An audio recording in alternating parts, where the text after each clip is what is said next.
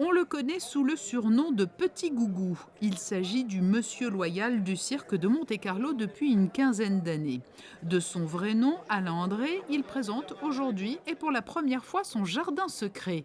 Des œuvres colorées, peintes sur bois et que l'on peut découvrir à l'hôtel Columbus pendant toute la durée du festival.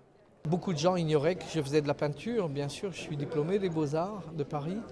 Et j'ai fait de la peinture, j'ai appris la peinture, le dessin, bien sûr, toutes mes études.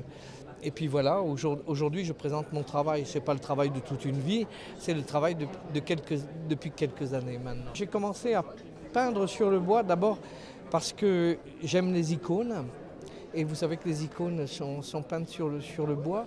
Et j'ai découvert effectivement que la peinture à l'huile, le bois absorbait la peinture à l'huile. Et puis les icônes durent très très longtemps.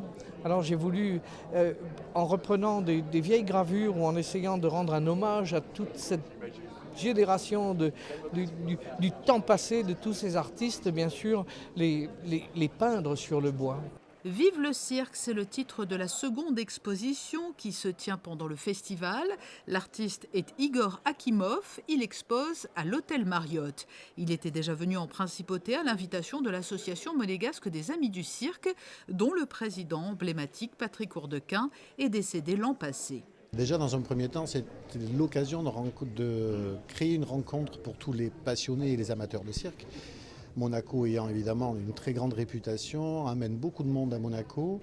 Et donc l'association profite de cet événement déjà pour réunir ses membres et surtout rencontrer tous les amis mondialement connus de l'association et de la principauté.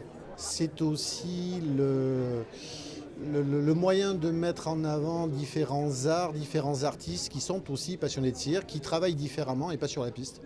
Au-delà de ces deux expositions, les commerçants, eux aussi, s'inspirent du cirque pour proposer des vitrines originales et colorées pendant le festival.